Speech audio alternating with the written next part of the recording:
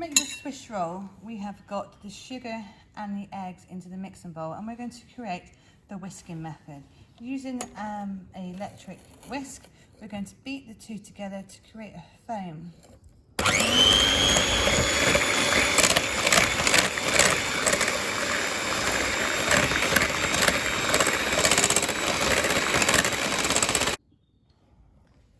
The whisking method completely relies on the function of the eggs in this recipe. So as you can see, we have the sugar and the eggs in the bowl first of all, and we use an electric whisk to create lots of air. And the eggs will expand and it will hold the air. So we keep going until it becomes thick and frothy. Keep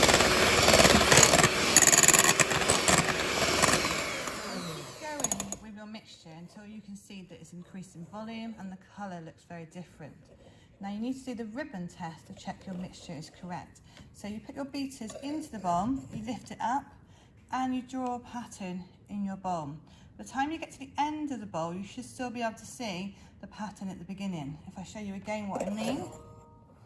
So if I do a pattern, I can still see that pattern sat on top of the mixture when I've got to the end.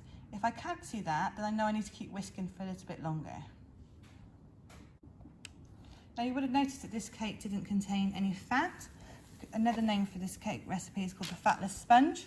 It just relies on the eggs, sugar and the flour. Now what I'm doing here, I've got a Swiss roll tin where I put greaseproof paper in to stop it sticking, and I'm now adding in all of my cake mixture and I'm going to spread it across in the tin.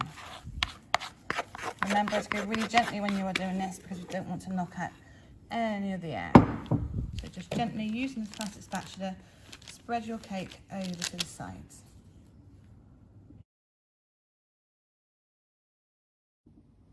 Once you have removed all the greaseproof paper, we then need to roll the cake. So using the greaseproof paper, we're going to roll the cake up with the greaseproof paper inside. You need to give it a little bit of encouragement first of all. And then we roll it all the way along, nice and tight to create that roll. Right to the very end. And then we leave it there to cool down. Okay. Until it's nice and cool with the greaseproof paper around the cake. And that will help create that roll that we need to have.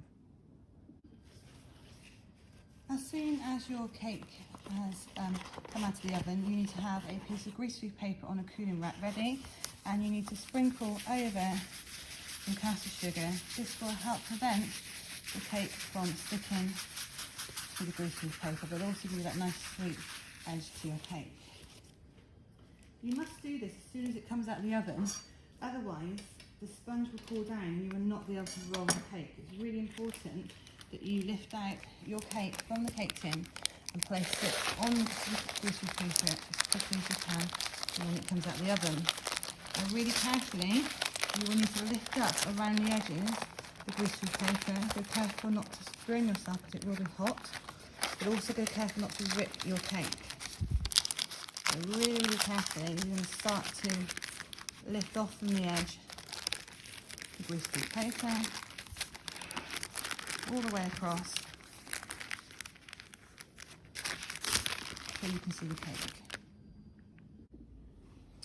Okay, when we're going to finish off our Swiss roll now, so we've got some jam in the bowl. Now what I'm going to do is just loosely, with a spoon, just soften the jam down. And the reason for this being is we don't want to take jam straight out of a jam jar and put it onto our Swiss roll, as it could be quite firm from being in a jar, and we want to soften it, otherwise it might create a hole. So just give a little stir in the bowl just to soften it down and make it a little bit more runny. Then with our Swiss roll, we're going to undo the cake. So we're going to unroll the Swiss roll so you can see the inside of the cake. And then we're going to put our jam along the inside of the cake.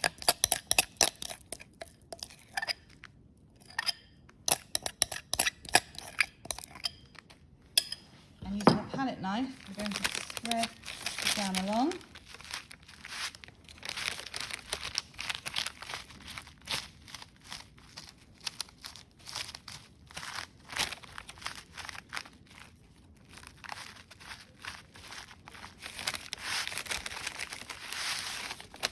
make sure we cover all of the cake.